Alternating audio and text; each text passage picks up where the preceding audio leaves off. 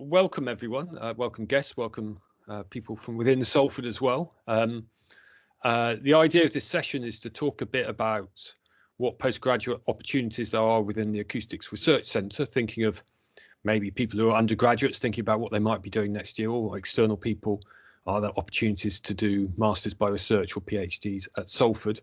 So the idea, the format of this will basically be Bruno's going to give us a short talk about some of the sort of overarching issues. We'll also have some talks with some colleagues about the sort of areas of research that they're interested in and would be interested in seeing research. It's not entirely exhaustive. There are some staff who aren't here as well. And we'll also ask some typical questions that people kind of want to know when they're applying to be a PhD student.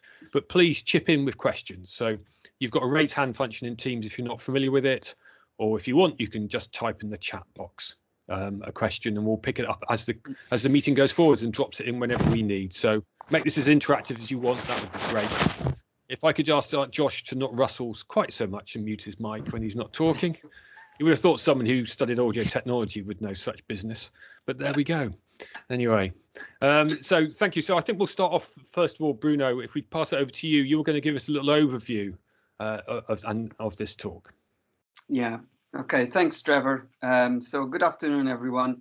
I will go through just a couple of basic questions and information about what is postgraduate research, areas for funding, how you can apply, and so on. And then we'll open up to something more specific about the Acoustics Research Centre.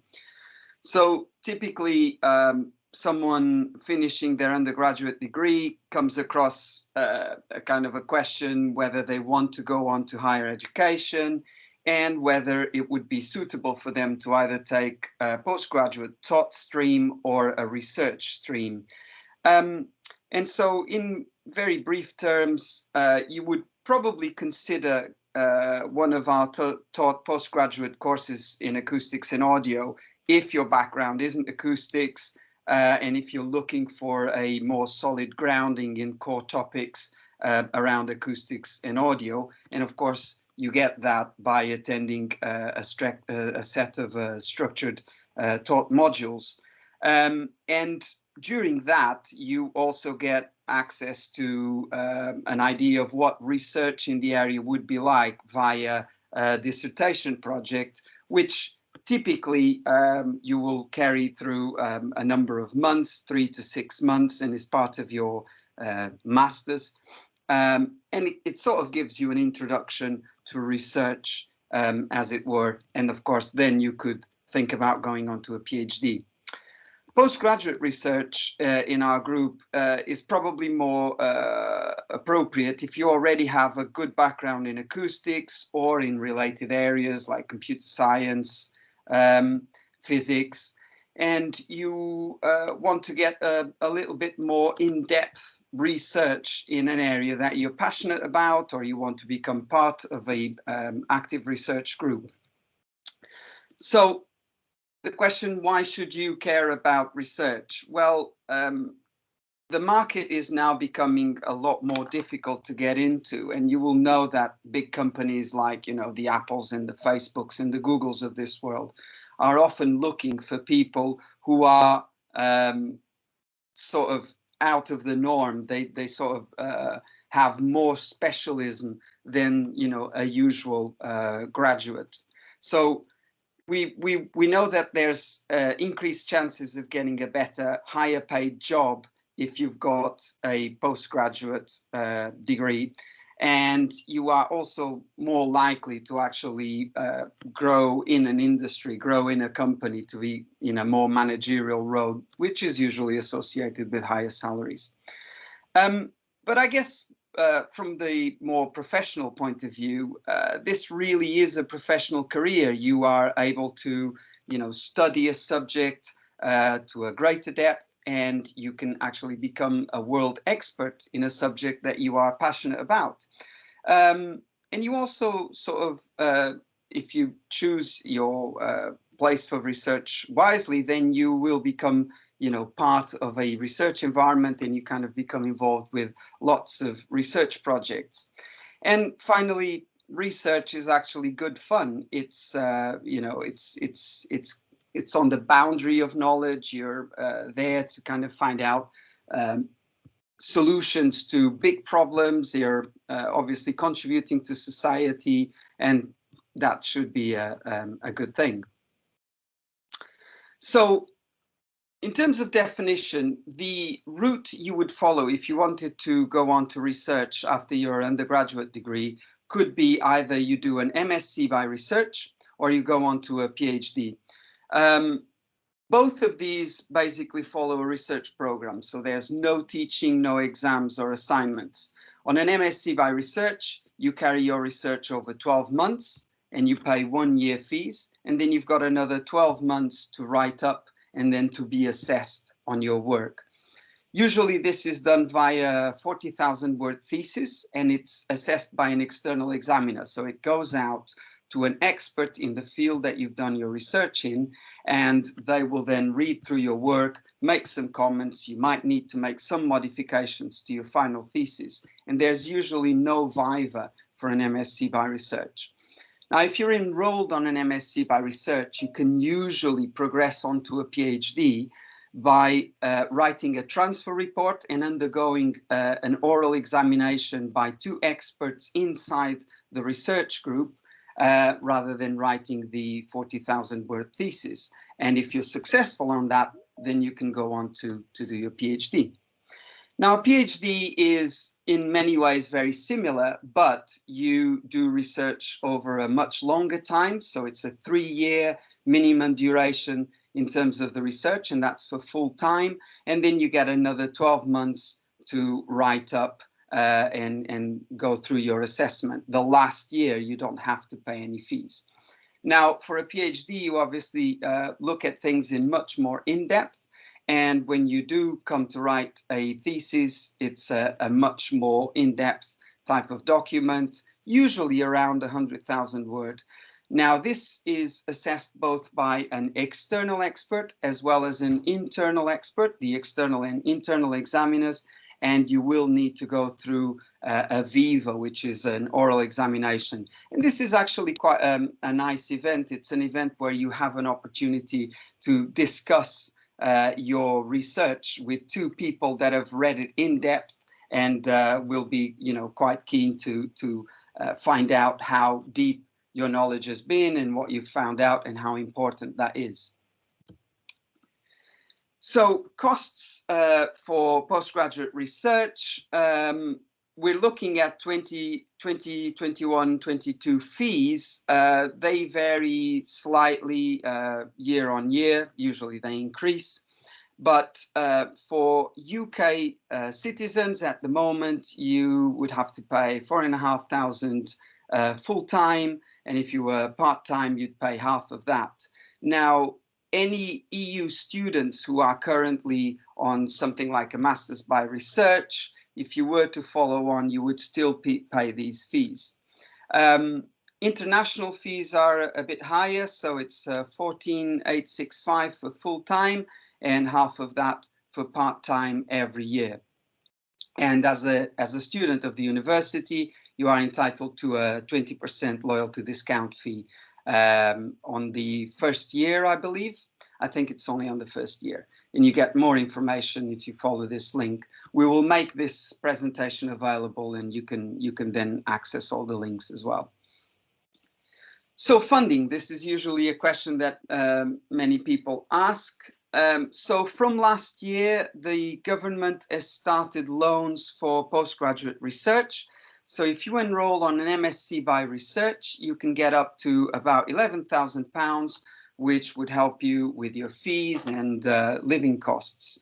For a PhD, it's around 26,000 over the duration of the entire degree.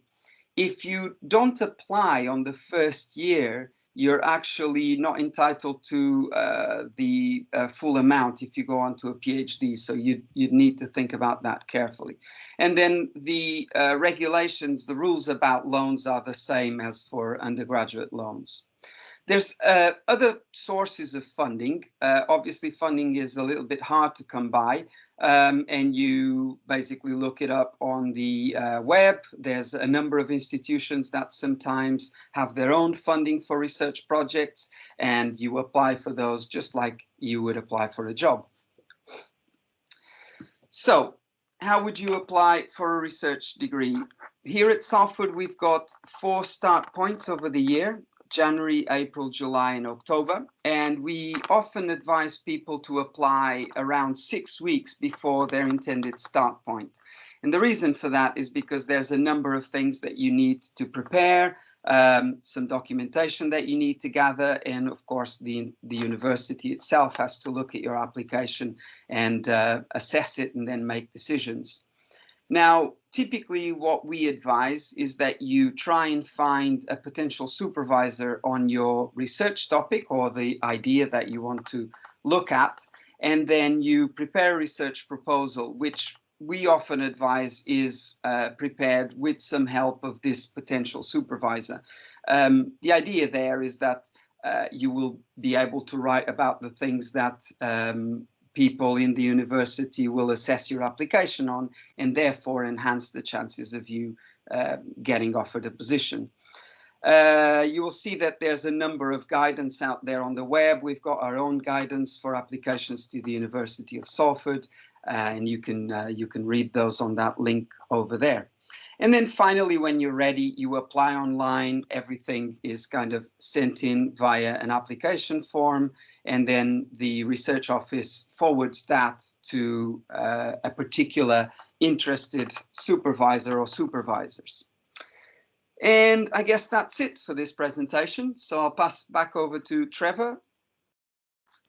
Thank you very much for that, Bruno. We've had some questions in the chat we've been answering if you haven't got the chat open. I actually would like to pass one of those questions to Bill, if you don't mind, because I think one of the things which came up there is why do a PhD? And I think one of the things you've talked to me about is the fact that some people assume PhD will therefore lead to an academic route. And I wonder if you'd like to comment on that kind of possibility and the chances of that kind of stuff. Yeah, I think that's interesting. I think certainly in the past, PhDs were often just seen as just for that. I've enjoyed being in the university so much. I don't want to leave. Let me do a PhD and then I can stay forever. I think, I mean, that does still happen. But I think that it's, well, for a start, it's by no means a guarantee of getting of a route to a permanent academic career. There are many more PhD graduates than there are permanent full-time jobs in academia, and these days there's usually a sort of step in between of doing a sort of postdoctoral research position between the two. But also there are quite a lot of jobs in industry where they like people with PhDs. I was just thinking as I was answering Nathan there that I don't know, if I think about our PhD grads in industry, places like Apple, Google, BBC Audio, R&D, Arab Acoustics. So yeah, there's quite a few places you can go with a PhD. Yes, I think that's important. There's some people who kind of feel that there are roles that fit well with having a PhD, but there's plenty of industry roles that don't require it. So I think you need to, I think one thing that Bruno said there was the idea of PhD being fun. I think you've got to be driven by an interest in the subject and wanting to devote yourself to one topic very solidly. Otherwise, PhDs are fairly miserable, and they're not the best thing for career development. If you're not interested in doing the research, it can be quite soul destroying, in my opinion. John, you want to leap in with a further comment?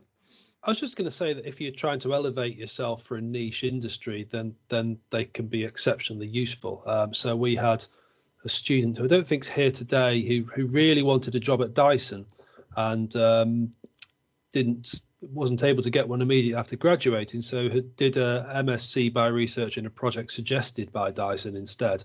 And there's been a few kind of cases of that, and it kind of just means that you prior to actually any sort of appointment, tailor your expertise to that company to the point where they can almost not say no. And ooh, crikey, who's put too many photos on that slide? Another good example of that, John, would be Darius over at Apple, who basically seems to have his whole PhD lifted for their head tracking earbuds and appearing in patents. Not that he could say anything, because of course, being an Apple, he's not allowed to say anything. Absolutely, and I thought of Tony Churnside as well. Of course, he did his PhD while at the BBC, but that was another example of someone where it really seems to have springboarded him off into sort of greater things and become almost some sort of authority on this stuff that he wouldn't have done if he'd just gone straight from an MSc or something. So everyone, keep your questions coming about the sort of generics of PhDs and what what the application process is. But I think we'll switch to a few topics for the moment and just talk around some actual academic topics. So as I said to colleagues, if we could keep it relatively brief, don't think you've got a floor for 15 minutes to discuss your interests. Maybe pick one project or talk about the general area would be my suggestion. So John, I'm a bit frightened by the number of things you've got on here, because that's what made me want to reinforce this idea of not 15 minutes, but maybe you could talk about the kind of areas or one of the projects that would really interest you that someone might think about applying to do a PhD with you. Yeah, sure. So I don't know. There is obviously a lot on this slide. It is all linked together, I would say, is one of the first things I'd say. Is there's a lot of different variation, but one of the reasons I've got so many interest in these different fields is they are all rather stuck together. I mean, I did my PhD here in time domain boundary element method, so computer simulation algorithms, and then most of you have met me through teaching those. But then the same formulation and sort of underlying maths, I've got my little integral snake here hiding in a box on the right hand side, turns up in all sorts of other things, such as microphone and loudspeaker arrays, source measurement of directivity for loudspeakers, and then you get all sorts of stuff with what input data you feed in, so sort of material characterization, laser Doppler vibrometry, that sort of thing. So I think I don't know. Let's talk about something a little bit real. I'm really interested in measuring how material data is measured for computer simulation algorithms at the moment. I'm currently writing another project bid on this, but this is to do with how sound scatters. So not just the fact that a certain proportion of the energy is absorbed or a certain proportion of the energy is not reflected specularly, but actually where it goes and exactly what happens. And so there's kind of a move towards, I think anyway, there's a move towards much more sophisticated data where you take into account where sound is coming from and where it might be going instead, so that you can characterize sound scattering treatments and diffusers much better. And there's some really interesting progress. So that will improve the accuracy of simulation algorithms, which is one reason I'm interested in it. But also, you might be able to measure it with holography arrays. So on the bottom left here, there's a picture from DTU from paper with Buell and Kerr, where they have a microphone array doing what's called holographic measurements, very, very close to a material sample. And unlike most of our situations that we look at, where either you have to put a very large sample in a reverberation room, or you have to put a sample in an impedance tube and cut it up, this will measure small samples in situ using microphone arrays, and it can pretty much be done with whatever sound is in the room. There's a speaker there at some particular arbitrary position making some noise, and the microphone array will pick up everything that arrives, everything that goes out again, and then you can numerically unpick what's going on with the material and get this sort of really interesting, really detailed scattering data. So I don't know, there's one. Thank you very much, John. Yeah, and thanks for keeping it concise. So I guess we're looking at something which could range from sort of looking at loudspeakers or machines through to room acoustics. And I guess the background of your people who might go and do PhDs with you therefore could range from people who may have studied acoustics, but they may have studied computer science, they may even be mathematicians. There's a broad range. And I think that's one of the things you'll see as we talk through subjects, is that the background of students can be sort of kind of fitted in with different interests of different people. Because you could have a project with John which would be a lot of days sat in a computer, but you could have a project with John which would be a lot of days in the laboratory, very different. And just to give that contrast, I wonder if we could switch over to Bill, would that be okay? Because I think his projects would probably have a very contrasting background. So maybe you could talk, as well as talk about some project ideas, Bill, or a project idea, talk about what sort of people you tend to have coming to do PhDs with you. Oh, yeah, sure. Yeah. Strange people mainly. No, I've supervised people for PhD and MSc by research from a lot of different backgrounds. So I know Maria is here. I can see at the moment. I'm currently supervising her PhD in soundscape, and Maria is an architect. So that's her background. One of my other current research students has a first degree in psychology.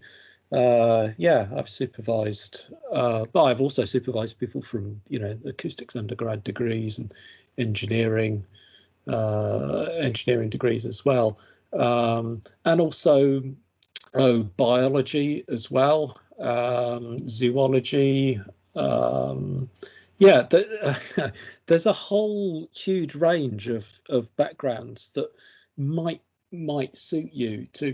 What unites, I suppose, all the people doing projects with me is that in some way we're all interested in the effect of sounds on, I was going to say on humans, but actually for the zoologists, they're interested in the effects of sound on non-human animals as well. So how do living beings respond to complex sound environments? And sometimes that leads off into things about how do we what prospects are there for designing the sound of an environment or a product or a place or a system in order to make it sound better or more fit for purpose in some way? Or maybe it's more just about the sort of pure characterization of some aspect of human response there. And there's loads and loads of prospects for interesting projects on those lines. The field is sort of exploding in lots of different ways. Thank you very much for that, Bill. We have a question from Lewis, which is about part-time PhD. So I'm going to bring you in a moment, Ben, because I know you did your PhD part-time. And to give you some thinking time, I'll just comment that we certainly do have PhD students who are in industry and studying part-time for PhDs. I had a PhD student who was doing stuff on cinema calibration, who was across in Los Angeles and was doing everything remote, and she was doing that alongside her day job as a consultant. So that's certainly something you can do. I think you have to think quite carefully how you're going to organise it, because to do a full-time job and a PhD on top, even part-time, is a lot of commitment to your life. So you need to think about how you fit this in. So I would tend to recommend it's best if you either don't work full-time in your job, or your PhD aligns well with your job, so your boss is prepared to give you the time to do the work in some way. Otherwise you'll end up with no weekends and no time to do other things. I don't know if people would agree, but Ben, you did your PhD part-time, didn't you? I don't know if you have any advice on that. Yeah, I started off rather foolishly thinking I could do the PhD full-time while I was doing the full-time job, and that way led despair and very little sleep. So I did end up switching that to part-time. And part-time, it's feasible, but it's feasible where the PhD aligns with what you're doing for your work. So in my case, it closely aligned what I was doing in terms of work. So it worked very nicely, and it contributed to it, and the work fed into the PhD, and the PhD fed into the work. If they're entirely unrelated, it would probably be very difficult. But if they're closely related, yeah. But so part-time is doable with work. Lewis, do please come in if you've got more questions. But Ben, maybe you'd like to talk about the sort of areas you're interested in, if we could bring up Ben's slide. Sure. So I've been working for about 10, 11 years or so on object-based audio formats, and there's been a lot of development over the last 10 years of developing technologies which will allow you to do clever stuff at the reproduction end with audio in terms of media, whether that's TV, radio, gaming, VR, AR, and so on. And there's actually very little research done as to what people would want out of that kind of personalization and interaction. So I've been working for quite some time on the accessibility end of that. So a lot of work on how you'd improve TV broadcast, for example, for people who are hard of hearing. There's a lot of conversations I've been having recently, both in industry and amongst researchers and so on, about how those kind of principles could be extended to other specific needs. So, for example, different ways of presenting audio description. At the moment, you have audio description or not, and being able to present that from anywhere in the room, to change the pace of it, to change the voice, to change the information richness of it, and the how it tells the narrative of the story based on different people's preferences and profiles and so on. I'm interested in, and also taking that beyond broadcast. Some of the bids I've had in recently have been around applying that to VR experiences, gaming, augmented reality, and so on, and how you'd make those experiences more accessible to a wider range of people. Thank you very much for that, Ben. Yeah, keep the questions coming through as well. I'm keeping an eye on the chat box, and we'll bring them in as we do. But that's very useful. And yeah, it'd be great to get some more work in this accessibility area. We've got great contacts with places like BBC R&D, and we're doing some work with Manchester University, audiology, and all sorts of really interesting things happening in this area at the moment. So it's quite a priority for us, I think. Yeah, there's been a couple of really nice projects. In fact, from the MSc, the last couple of years, we've had sponsored projects at Fraunhofer working in the MPEG-H format on those kind of areas. So there's a lot of industry interest in that area now, not least because some of it's being mandated by new legislation. So suddenly there's an interest in it where there never used to be. I wanted to bring in Josh now, if he could unmute himself. Now he's not rustling so much. And I'm going to ask you to talk about your areas, but I just wanted to, as you're someone who's nearest to having done a PhD, I think, out of all the staff, I guess I was going to ask you, what makes a great PhD student? What would you be looking for in someone who applied to do a PhD? I feel like I would have to say a replica copy of myself would be the absolute no. I think having just a real interest in the topic is, I guess, key, but also I guess a resilience, because I think through a PhD you do have ups and downs, and I think to get all the way through you do need to be quite resilient and be able to kind of take setbacks and want to keep working on the topic through these kind of setbacks. That's certainly what I found during my PhD. You would, at times feel like you don't make much progress and you get a bit down about your PhD, but then a couple of weeks later you're kind of riding high on success. So I'd say, yeah, a real interest in the topic and a bit of resilience. And before I bring you in on topics, I'd just like to add to that. I think this is one of the battles all PhD students have. Anyone who's got a PhD here knows the battle we've had at some point, each one of us, with losing the will to live over our PhDs. It's a normal kind of process. I think one thing which is important to say about Salford is we have a good sized number of PhDs, but we're not one of these big groups where every single member of staff is supervising 12 PhDs and is therefore very remote from their PhD students. It is very much a one-to-one supervision process. So you get a lot of support from your supervisor.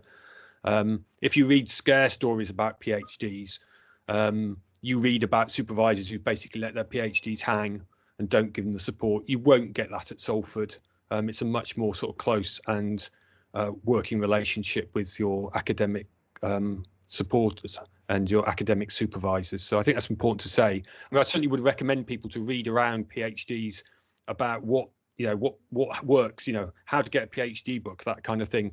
But just some of the scare stories you've got to be aware of, but I hope you will never meet that at Salford, because I think we're really good at supporting our PhDs.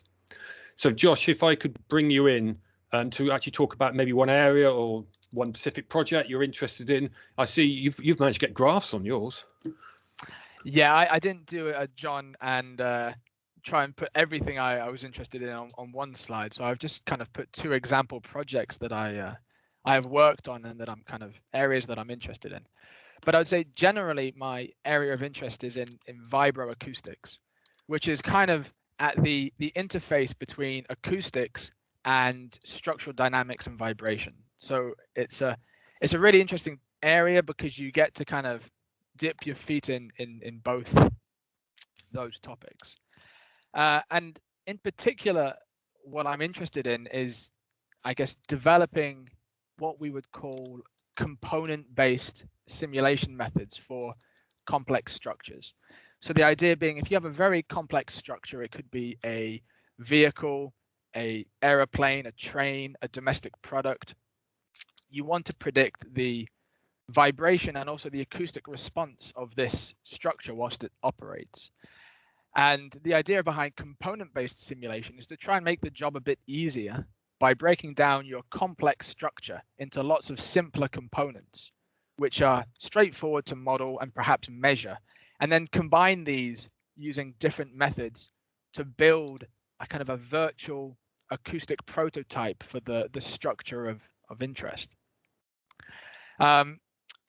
So we've applied this exact kind of idea, this idea of developing virtual acoustic prototypes in a project quite recently with Dyson, which is kind of the bottom right figure we've got here. You know, this project was all about trying to develop a virtual acoustic prototype of one of those bladeless fans that you see kind of around, these Dyson bladeless fans. And it was a really interesting topic and project. And one of the main issues that we had was, if you want to develop a virtual acoustic prototype, is you need to be able to characterize every component that makes up the structure or the product. And we had no way of characterizing the high-speed compressor unit that sits within one of these bladeless fans. So as part of the work that we did with Dyson, we developed a novel method for characterizing these high-speed compressor units. You can kind of see a cutaway, and maybe you can kind of make out the compressor unit in that image on the right-hand side. And as part of that, we also developed some novel tools for measuring acoustic transfer functions, which have since been kind of taken up by Dyson, and they're used in their kind of research quite routinely. And I guess whilst I'm at it, if I've got the time, another big kind of question when you're modeling these sorts of complex structures is, how do you deal with uncertainty, not only in the measurements that you have to make, but also any numerical models that you develop. So more recently, on a project that we had in collaboration with the University of Cambridge and industrial partners, we looked at this problem. How do you model complex structures where certain components are inherently uncertain or random? And to do this, we looked at combining 3 different kind of strategies: finite element modeling, statistical energy analysis, and experimental characterization and substructuring. And we combine these different strategies and develop what we would call hybrid models, which kind of benefit from the advantages of each of those techniques. So that's kind of what the example on the left there is. So I don't know, hopefully that's a bit of an inkling into the kind of areas that I'm interested in. Yeah, I would add to that, there's sort of a real broad range. We've also got Andy Elliott, who's not on the call today, who does work with the automotive, railway industry, construction. So I think there's a broader sense of areas possibly than you gave there, Josh, as well, in terms of application that I just would like sort of kind of to pick up. And so the idea of modeling complex structures is, it goes from domestic products like this Dyson fan. We've even just had a paper published with a Dyson vacuum cleaner that we've been modeling, but it goes all the way up to buildings, airplanes, vehicles, trains. These are all kind of complex structures, so they all kind of fit within this area. And I'm going to bring in Bruno in a moment so he can be kind of prepared with his slide. And I'm going to ask you a question first before you do your areas, Bruno, which is really about choosing your supervisor, I guess. So far we've talked about, what subjects might interest people, and we've talked about what do we look for in the student. But actually, the staff we have here, we've all got different personalities. I know it's got some archetypal sort of commonalities between us. And I wonder what advice you've given to students in terms of thinking about what supervisor will work well for them, and how they should be thinking about how well that supervision relationship will work. Yeah, so of course the first step is to find the expert in your area or in your area of interest. But I would say that at very early stages, when you're discussing the potential research questions and the ideas that you might want to put in your research proposal, you get a kind of a two-way interview with who might be your supervisor, and whether the relationship is going to work well. And I guess obviously that's a critical issue, because personality is quite important in how your experience as a researcher might end up. I'm quite happy to say that having acted for something like 2 years as the director of postgraduate research in our school, our group never had any issues with PhD students, and I know that it's something that sometimes happens where students might fall out with their supervisors. But really, you're looking for a kind of an easygoing personality, someone who is not like high on their perch, thinking they're the best in the world at what they do, and actually engage in the passion for research that you might bring as a junior researcher. Yes, I would certainly kind of think, if I was applying for a PhD and one of my sons has recently started a PhD, asking the supervisor and find out, what's their commitment to them. I mean, how they typically supervise PhD students. So, for example, I usually have a weekly meeting with my PhD students as a kind of starting point for support. And I think that's important to understand what this is really. You're doing the work, but especially in the beginning, you're being given quite some direction by your supervisor, and that two-way relationship is vital for the thing to work. But Bruno, we should go into your topics. I don't know if you're going to go for audio or archaeoacoustics. I defy you to tie archaeoacoustics into VR. Maybe you could do that. But anyway, you pick on something that interests you. So I am one of those strange offsprings from Bill Davis. I'm actually one of his PhD students. And so the kind of background is really room acoustics and psychoacoustics. We were looking at the effects of small room acoustics on the way people monitor sound. And incidentally, a lot of that work is now finding its way into industry. So we're working with big corp like the guys at the Tribe, who own Midas and Behringer, to develop algorithms so that people in live sound don't actually have to deal with resonances when they're doing their job. Nowadays, I'm really a lot more interested in up-and-coming kind of sexy areas like virtual reality, and particularly the perception of audio in virtual reality. So it is a field that is still incipient. There's still a lot of work that needs to be done, because a lot of the resources are usually laid on the visual side of the virtual reality system and not the auditory side. Now, we could tie in archaeoacoustics in virtual reality. So archaeoacoustics is kind of a field that tries to look at behavior from our ancestors by measuring the acoustics of spaces that these ancestors might have built or inhabited. And by trying to tie in particular acoustic responses to behavior, we might actually find out better what kind of societies existed in prehistory. Now, virtual reality could actually help that very, very much in a kind of a more phenomenological type of research, which would allow us in the modern world to actually inhabit the spaces that our ancestors were experiencing. So we might recreate, for instance, a virtual model of Stonehenge together with the acoustic response of the site, and then allow people to wander about inside and experience those acoustics. And we know that that can be a really powerful tool for archaeologists and anthropologists, people who are interested in a more holistic interaction between humans and their environment. Thank you very much for that, Bruno. So you might want to stay live because I'm going to ask about funding, and I think you were talking a little bit about that in the talk. So we had a question from Giacomo about funding. I'm sorry, taking a little time to get back to it. Is it possible to ask for public funding before enrolling, given the research question is already clear?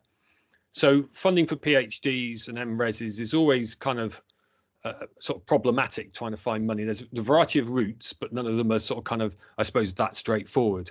So some of the routes, and Bruno, you can pick up if I forget any here, because you've obviously given some thought in your talk. So some of the routes are actually self-funding using postgraduate grants, if that's applicable. Some of the routes are getting companies to fund it. So we've had companies who sponsor MSc by research and also PhDs. Ben was asking me about that this morning. We also have grant funding occasionally funds MSc, PhDs usually rather than MScs by research. If you're overseas, there are often grants to allow people to travel to do PhD research abroad. I mean, these are all highly competitive when you bid for them. But if you have a funding source like that and you think you're bidding, we're always happy to sort of kind of look at it with you and help you in that bidding process. If we can help you at all in trying to sort of kind of maximize your chances. Are there other routes I haven't talked about, Bruno? Well, yeah, I guess, and so part of the question might be about when do you, if you go for government loans, for instance, when do you actually apply for this? And of course, you won't be able to apply for a loan until you are actually offered a position. So typically the route is that you apply, you put in your proposal, it goes through assessment, the university then makes you an offer, and with that offer letter you can then go and apply for government loans. But the other routes, of course, if you have a particular problem that you think you might know the solution to, or at least the route to solving it, and you convince a company to support you, then obviously it's down to the company to just decide when to award you the funding, and you would basically come in as a self-paying, self-funded student. Sometimes we have companies that might want some research done, and they will offer a PhD studentship, and again, as Trevor was saying, then we will pull out a call and people will apply.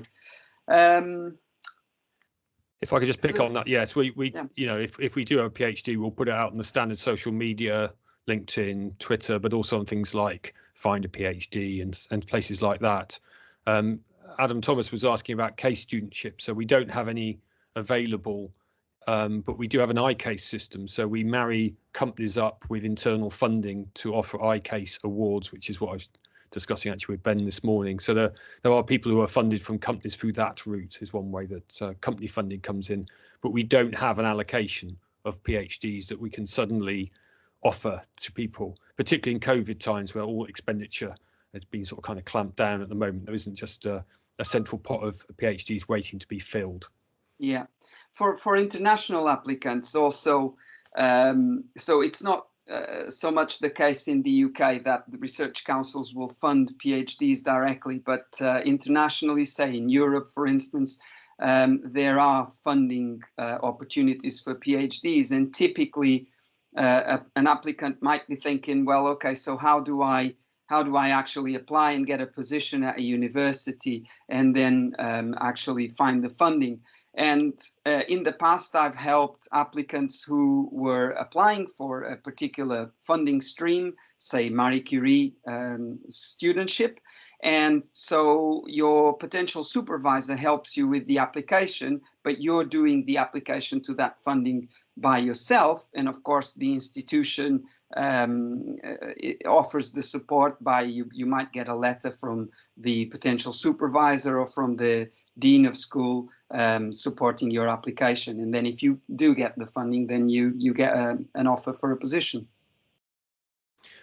And one other question which people commonly ask is the possibilities of, say, part-time teaching to supplement PhD. I mean, certainly if you're based in Salford, anyone who's here will know we use PhD students to help in our laboratories and MATLAB classes. So that's certainly a possibility, but there is a limit to how many hours a week you can do of that. Because if you spend your whole life doing that, you can't do your PhD. So it's a supplementary source of income rather than being something that you can be able to live off. But that is possible if you're based in Salford. I know some people are asking about remote learning. That's a sort of kind of different issue in that case. I'm going to bring Duncan in a second. So just kind of you be up and aware, Duncan, that I'm going to be asking a question. I suppose one question that I wanted to ask you is that we asked for a project proposal. And it's not many words, it's only a few hundred words. What are you looking for in that project proposal? So generally, I would look to a proposal to see what the student's big idea is and whether it's something that I can actually help them with. Of course, if it's not something I can help them with, generally we know each other and we know kind of where other people in the team's research interests are. But just the spark of an idea is what's really exciting to me about a PhD. And at the end of the day, I don't expect to know more than the PhD student within a few months of them starting. So I'm kind of keen to see what it is that they're excited about and hopefully be excited about the idea myself. Oftentimes people come up with ideas that are brilliant but have been done before. And so steering it into an area that's still exciting but potentially novel is another thing that you kind of look for on the proposal. I think that's a really important point, Duncan. I think if you've got an idea in a project and you're going to apply, have a talk with the supervisor in advance, because if you're not in the area and you're not done research in the area, the chances are your great ideas will have been done in some form. But the thing is, I don't think if you've not done a PhD, you may not realise is PhDs are incredibly narrow. They're not very broad brushed. So you're not solving the whole of acoustics. You're solving one tiny aspect of acoustics. And so therefore, there usually is a niche to be found in an area, but you probably need to work with a supervisor to find that niche. And we're not necessarily expecting you to have done that in the proposal stage, but a conversation with the academic will at least save you applying with a topic which is too broad or just, or something that is just sort of kind of being old. It's been done before too many times. So certainly if you're interested in one of Duncan's ideas, we'll come to that in a second. Yeah, to have a conversation with him or whoever it might be at this stage of preparing the proposal. So Duncan, that's a lead in for you to discuss one of these torture techniques you're applying to people. Yeah. So great, interesting science, not great science. Great science would be very unfair on my work. Interesting science could be used for good or evil. And what you see here is this is an EEG device, which is a brain cap. It can't read your thoughts, but it can kind of infer patterns of activity. So the evil version of this technology would be that we read your thoughts and then played you sounds that you didn't like. But the good version of this technology would be that we use this to help understand sounds and music in particular. I'm quite interested in music, and to assist people. So a lot of this is about assistive technology, whether that's improving metering or whether that's giving people new ways to interact with music. And there's a stream of work underneath that that's really about AI, machine learning. So this sort of PhD topic would suit people that are potentially interested in big data. Maybe they want to know how Spotify works, how its recommendation algorithm works, or would be interested in designing algorithms for making new music. So that's the assistive part of that. Might be for people with accessibility issues, or it might be for people working in sound in a creative kind of way. Thank you very much. Yeah, Can please leap in, barge Bruno. in, Trevor? Just say something important, which I think is a characteristic of the group, which might be of interest to the audience, which is we tend to collaborate a lot between ourselves. So I work with Duncan on things to do with music and well-being, but then I work with you, Trevor, on archaeoacoustics, and with Bill Davis on other aspects of biometrics. And of course, there's the examples, Ben working with Trevor and Trevor working with Bill. I guess this is quite important in a group because it allows a researcher, an applicant, to actually reap the benefits of working with different kind of personalities in terms of supervision, and actually sort of have a much wider view and interest in the things that they could do. I think Duncan would probably agree with me that, is that right, Duncan? Absolutely, yeah. So me and Bruno are supervising one PhD student together at the moment, and it's been really productive. And two MRes students. Yeah, so we commonly double team the supervision. I mean, not least because, you know, if one of the supervisors is ill or something, it gives another support mechanism. But I think you actually benefit from better supervision that way. And the other thing which happens is you bring in postdocs, you know, postgraduate fellows who then work on a supervision team as well, and that can work very well if they've got the expertise in the area. So yeah, we often team supervise our postdocs, our postgrads, so I should say. I don't mind if Chris, I don't know if Chris Corradine minds me sort of bringing him in, and do shout if you don't want to, Chris. But I was interested. You've ended up doing a sort of research project which isn't related to your undergraduate degree project, and I wondered what made you do that, and has that caused any issues, or is it a great thing to do? Yeah, well, for me, it's worked out really well. I'm one of the MRes students that Duncan and Bruno were talking about just then. So the way it worked out for me was like a year ago, I was coming to finish my audio and acoustical bachelor's, and I had an inkling that I really liked the research process, but I hadn't really found my area just yet. So I knew that I was interested in coding. I love music. I like to go to the gym and that kind of thing. And I was interested in electrodermal activity and all this stuff. So for the way it worked out was I initially spoke to Trevor, and I was just like, this is what I'm interested in. Help, like, I don't know who to talk to. And then it went to Bruno. And then we had these meetings with Duncan and Bruno. And yeah, it's just worked out really nicely. I'm now basically working on exactly what I want to work on. So I'm having a lot of fun. Oh, that's really nice to hear, and I'm glad it's going well. I won't be offended that you did my final year project and you didn't do a PhD with me. Don't worry, I won't take. Oh, well, I love that as well. I love that as well. I'm only joking. So yeah, great to hear it's going well for you, and thanks for commenting and being willing to come in at that point. I think when I wanted to sort of kind of move on to my area, if that's all right, Bruno, because I think I'm the person who hasn't actually talked about them yet. And I think, like, I suppose, you know, when you get to my age, you've done quite a lot of different research areas, so there's quite a lot of possibilities you could get involved in. But I think if I was to pick out some things that I think are particularly of interest to me at the moment, we have a big project, which if you were at the seminar a few weeks ago, you would have heard about this Clarity Challenge project, which is all about improving hearing aids. And I think working with Ben as well, increasing numbers of work around hearing loss, around accessibility, and that to me is a really kind of important area that I would highlight. But also we did this big S3A project. I was talking to these SEP students this morning, and doing media device orchestration, which is about arrays of ad hoc devices. There's lots of audio areas. It's not just me, it'd be Bruno and Duncan and others, which coming over from the S3A project, we could expand on and do some great research in a PhD. So get in contact if that kind of interests you, and I can funnel you down to the right person. I guess that's one thing I didn't say. I'm the head of the research centre. So if you go onto the website and go, I don't know whether to ask Duncan or Bruno or whatever about this, email me and say, this is what I'm interested in. Who would you recommend getting in contact with? And one thing I would make a request for people who are interested is please contact one member of staff at a time. We sometimes get these sort of emails which go to lots of people, and then we don't know who's going to answer, and it's much more effective to target someone and get a reply out of them than us all running around trying to answer the same email, just so you kind of know.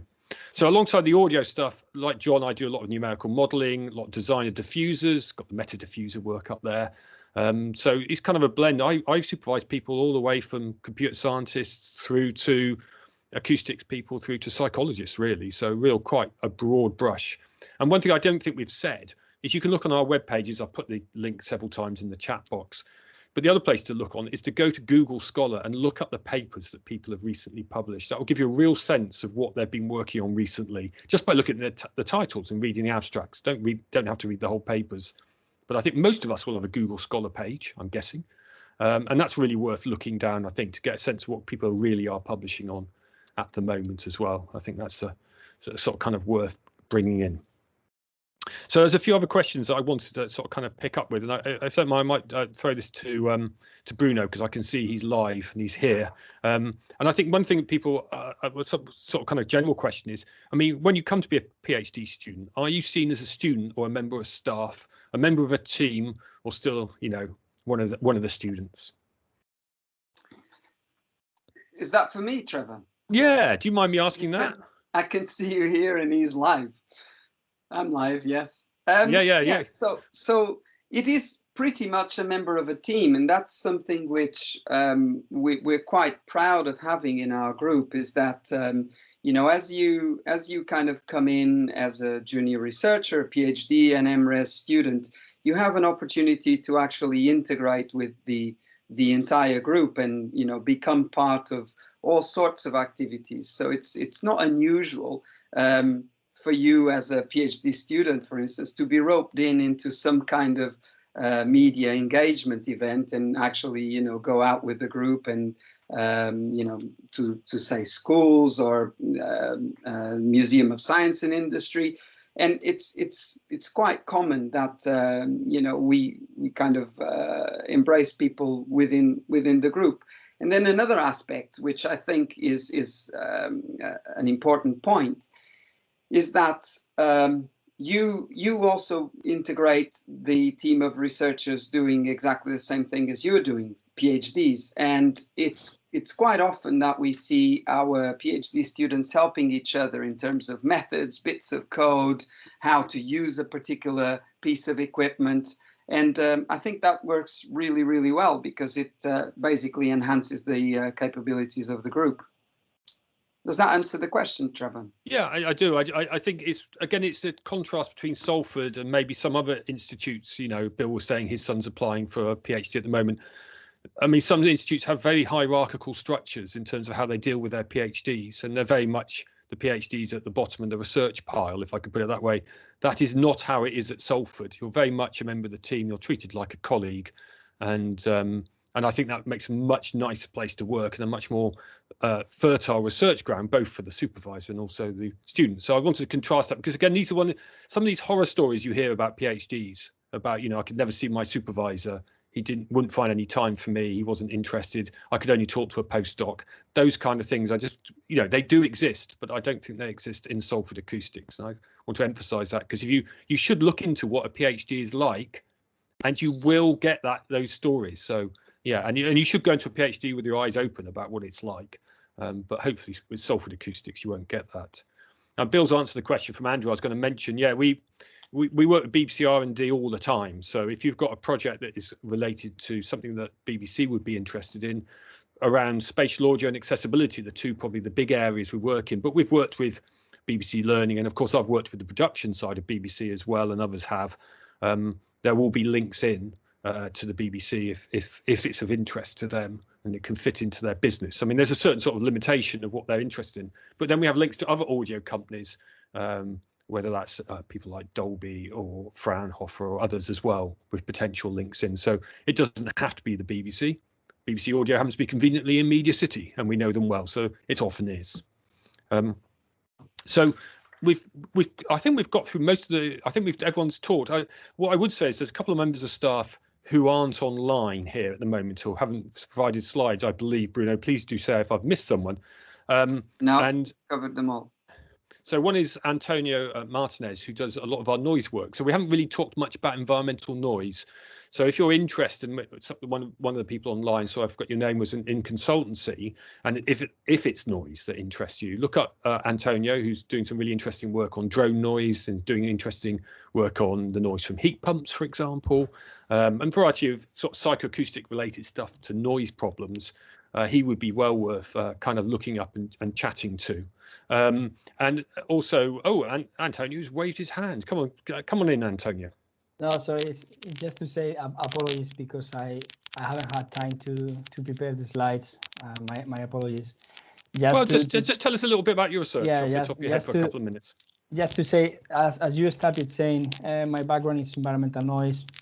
So I kind of do quite a lot of diverse activities, research activities, mainly at the moment focusing on a big project where we are implementing sound quality methods in order to develop, in order to manufacture a new all-electric propulsion system for an aircraft. For doing that, I'm collaborating with Andrew Elliott, who is our master guy for measurement and testing. And so also I'm doing some research on drones, trying to develop metrics and understand how people might perceive drone operations when they are flying in urban environments or rural environments. I think we are working on basically addressing the noise issues or of the decarbonization interventions at home. So this is covering air source heat pumps and mechanical ventilation systems. And also I'm collaborating with Bill Davis. Bill is the master in soundscape. So we are collaborating in a quite exciting project at the moment in order to improve the methods to do a soundscape mapping and inform management and urban planning with that. So quite diverse topics and quite exciting in research, and quite willing to discuss further with you guys. Yeah, and thank you for your question, Mahmood. I'll pick it up in 2 seconds, just while I'm remembering. Thank you very much, Antonio. Another person who's not on the call, just to mention, is Olga Obnova, who does a lot of work on materials, porous materials, activate carbon, metamaterials. I mentioned metamaterials. I think Olga's the real expert on this. Lots of publications in the area, and is a great sort of model of materials. And so if you're interested at all, it's a big hot area, these ideas of these materials, which have got esoteric properties when you build them up on the micro scale. There's lots of research in that we could pick up with Olga, for example. I do bits, I dabble. Olga's the real kind of master with that. And the other driver behind materials is sustainability. I mean, I think Antonio mentioned there that a lot of his research, is about what the interventions are dealing with climate change and what do they do for noise. And I think similarly in a lot of acoustic areas, it's external drivers are pushing things. And one of those in metamaterials is trying to deal with energy consumption and the issues such as that. So there's a really interesting research around materials, around making natural materials into absorbers and things like that, if that interests you. Mahmood was asking me about funding and its limitation to EU and UK students. So we've now moved to a situation where UK is different to EU. It depends a lot on the funding source. So some of the funding sources will be UK only. And the reason for that is because the fees are cheaper, and that's all the fees that are on offer. Or it's a UK funder who only wants to support UK nationals. Sometimes it can be there's some other criteria to lets you apply, but that's typically what happens. But then there's other sources of funding. I mean, John, I don't know it, put in the International Scholarships Fund at the top. I'm afraid I don't know the details of that, but again, that would be not applicable to UK students. So some of the funders are just for people travelling from overseas countries to the UK and they're not UK citizens. So it kind of varies, and it's obviously an issue at the moment because of Brexit that is a bit in flux, and establishing what exactly is happening. We're learning by the week as things develop and the government bring out new schemes and stuff. But at the moment, it would depend on the funding source. There's nothing stopping anyone from any country coming and studying for a PhD. But it is about where the funds come from usually. Thank you, Maria. You have mentioned someone else I've forgotten. I don't think Francis is on the call, so I will answer for Francis. So Francis does a lot of work in machine learning. If you haven't been taught by him, things like speaker recognition, speech intelligibility work, which is a big area that I also work with Francis on. So if you're into signal processing and machine learning, Francis would certainly be an excellent person to talk to. He's also got some new work ongoing with Olga into, we haven't really talked about medical stuff beyond hearing loss much, but actually on medical diagnosis using audible frequencies. So we're kind of used to ultrasound being used when we've got some medical condition. This is using audible frequencies, which I guess we're familiar with from doctors putting stethoscopes on us, but this is doing it with computers and machine learning and stuff like that. So both him and Olga have got work on things like osteoporosis, sort of sensing bone degradation through acoustic sound in the audible frequency range. So Francis, that's kind of his remit, what he covers. Sabine has actually moved on. I mean, she's here part-time, but Sabine is now just working here on student experience, and she's now got another job part of the time in Glasgow, I think, says he, not remembering off the top of his head. It's in Scotland, certainly. Correct me if I'm wrong, I guess Bill would know. David Waddington, just to pick up on that last one, that last comment, David Waddington is certainly environmental noise, but he currently has a fairly senior job in the university. And that means his time for research is more limited. So if you're interested in environmental noise, I would talk to Antonio, who is more active at this moment, because David has gone into a management role. If you're interested in vibration, which is what David was also doing, railway vibration, I'll talk to possibly Antonio and Josh together about what you're interested in. David is still very interested in research, but because of his job at the moment, he has very limited time he can apply to this. So there's a few more questions coming in, which as I'm trying to read at the same time as answer them, which makes it hard work. Especially when Andrew got 10 lines to read. I'll do that in a moment, but I'll go to Michael's first. I might throw this to someone else. Bruno, as you have not turned your camera off, I'm going to pick on you. Could you answer Michael's question? Is the 4-year start to finish for a full-time PhD quite typical, or does it often take longer? It is quite typical, and there are deadlines that you need to comply to within the university and within HEFKI. So typically you would be finishing your PhD fully assessed by the end of the 4 years. Now, there are situations where it might go longer because, of course, you know, everyone's route might be slightly different, or, you know, sometimes people fall ill whilst they're doing their PhD. But those are the kind of situations that will extend the length of the period of study. But by definition, a PhD is 3 years research and then 1 year to write up and be assessed. Occasionally, looking in the other direction, we occasionally have very efficient students who do it in not much more than 3 years. But I would say that's the exception and the rule. Victoria was one of those who did a great PhD on smell with me, and she got another job, which is the reason she didn't complete in 3 years, but she almost did. I mean, she was so ruthlessly efficient as a PhD. Well. John Schaefer, who went to Apple. Jonathan Schaefer. Yeah. I was getting that. I was also reading a question in the background, so apologies. Yeah, so there is a minimum, though. There is a minimum period of study, so you cannot finish it before the 3 years. Yeah, I would say typically most people have, well, you have to finish up within 4 years, and most people are sort of, I remember, I think I was 3.5 years. I mean, a lot of this depends on what you do in terms of alongside. So when I did 3 years, I had 3 year grant funding, and then I went on the dole. In those days, I'm not sure how possible that was, and I just wrote up, and so that's the reason I got mine done in 3.5 years. I think Bill took longer because he took a job, and so he was trying to write up alongside trying to do a job, which obviously extended it. So it depends a bit on, do you need funding for the 4th year? Not all funding sources give 4 years of funding, funnily enough, and you have to get a job, which usually extends the writing up period. So I hope that answers the question, Michael. Andrew's question was more a comment about how wonderful Media City is. So thanks for saying that. It wasn't a question. Do we have any more questions? Because I think we might have exhausted the list I have. I don't know if you had any more questions, please put them in the chat box. Otherwise, we might wind down. I don't know if the staff felt we didn't cover an important area that you think you want to fit in. You could maybe just chip in now, but I think we've covered everything I was expecting. I've got a couple of points that many people ask about, but I wonder if there's, people out there in the audience that want to ask a question rather than type it. I can't type anything on the chat box, by the way. Don't know why. Well, you could stop sharing if you wanted, but on the other hand, that will make me very big. And then when the recording will have me with that strange frame rate we get in Teams. So let's not do that.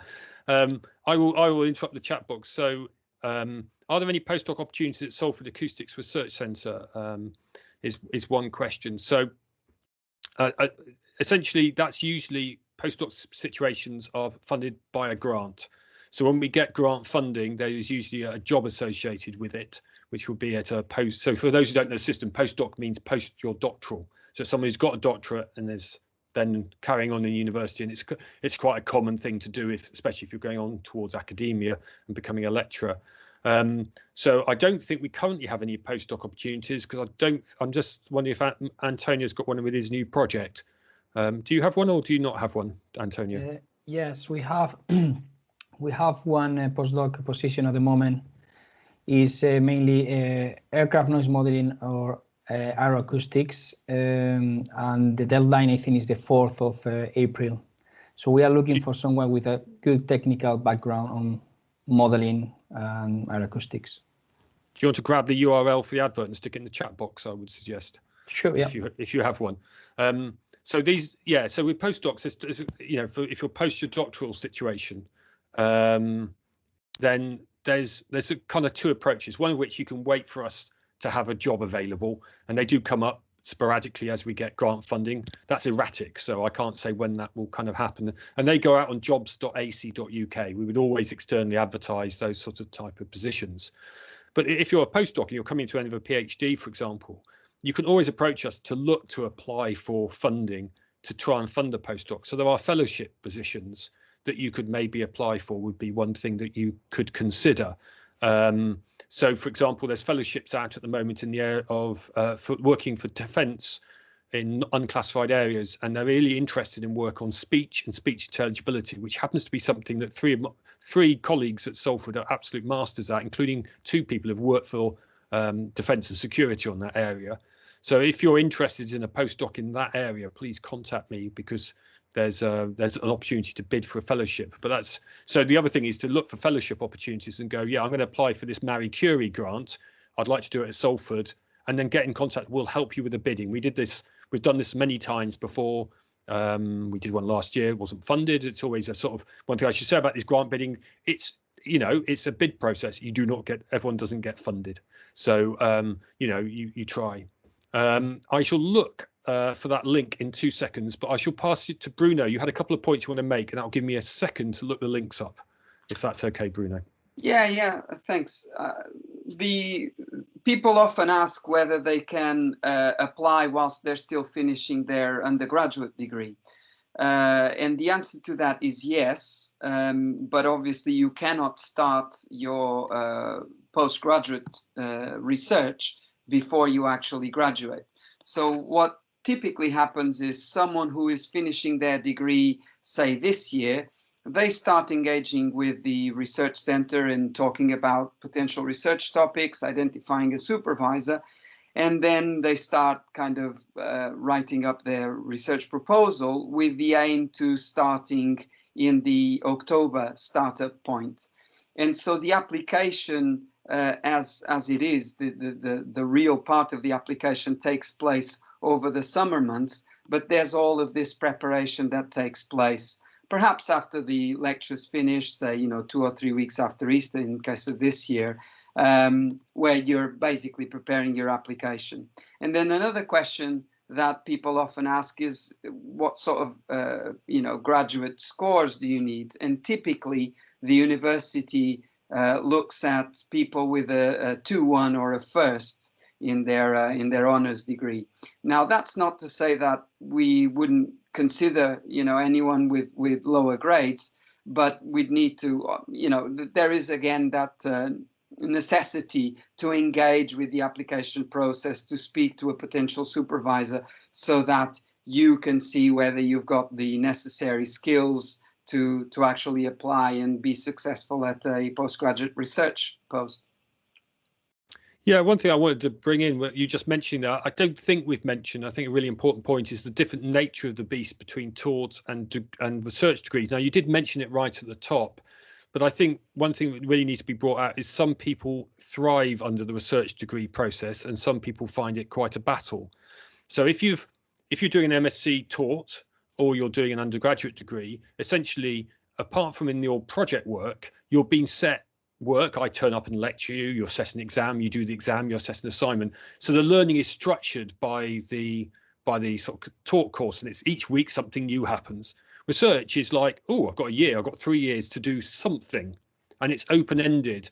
And one of the things which makes it complicated is that the criteria for what gives you an MRes or a PhD is kind of a bit nebulous. You know, it's kind of a significant contribution and things like that. And what is a significant contribution?